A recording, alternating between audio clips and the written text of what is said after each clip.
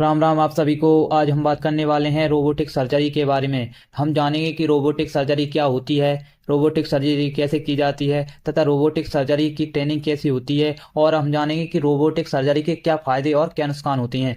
पहले देखते हैं कि रोबोटिक सर्जरी क्या होती है। रोबोटिक सर्जरी, जब सर्जन किसी स्पेशल सर्जरी के लिए रोबोटिक डिवाइस का उपयोग करते हैं तो उसे रोबोटिक सर्जरी या रोबोट असिस्टेंट सर्जरी कहा जाता है।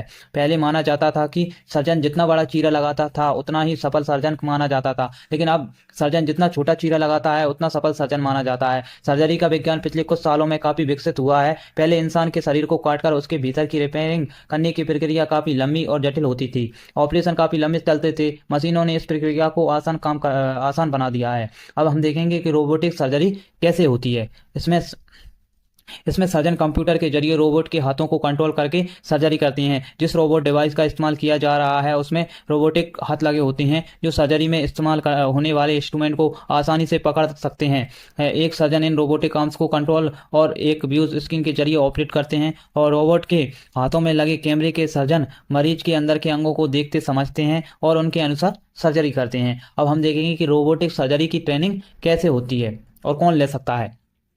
हर सर्जन रोबोटिक सर्जरी नहीं कर सकता, इसके लिए उसको स्पेशल ट्रेनिंग की ज़रूरत होती है। मेडिकल की पढ़ाई किया हुआ कोई भी व्यक्ति यह ट्रेनिंग नहीं ले सकता। यह ट्रेनिंग सिर्फ ओपन सर्जरी करने वाले जो बड़े सर्जन होते हैं उनको ही यही इस रोबोटिक सर्जरी की ट्रेनिंग दी जाती है। और इस सर्जरी की जो सक्सेस रेट है वो 94% इसकी सक्सेस रेट है। अब हम जानेंगे कि रोबोटिक सर्जरी के क्या फ़ायदे हैं।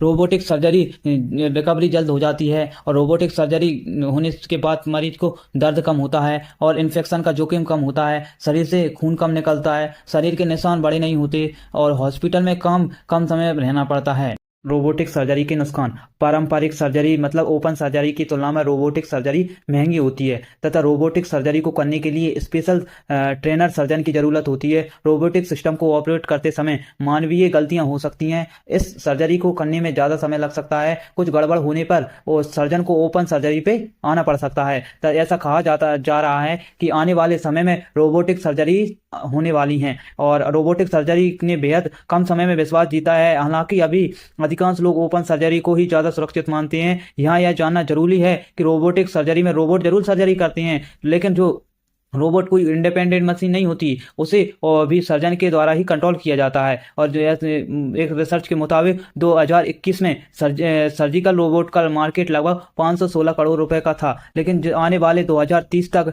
बढ़कर 2100 करोड़ तक पहुंचने की उम्मीद है। हर साल रोबोटिक सर्जरी का औसत 25% वृद्धि हो रही है। कहा जा रहा है कि आने वाला समय रोबोटिक सर्जरी का होगा।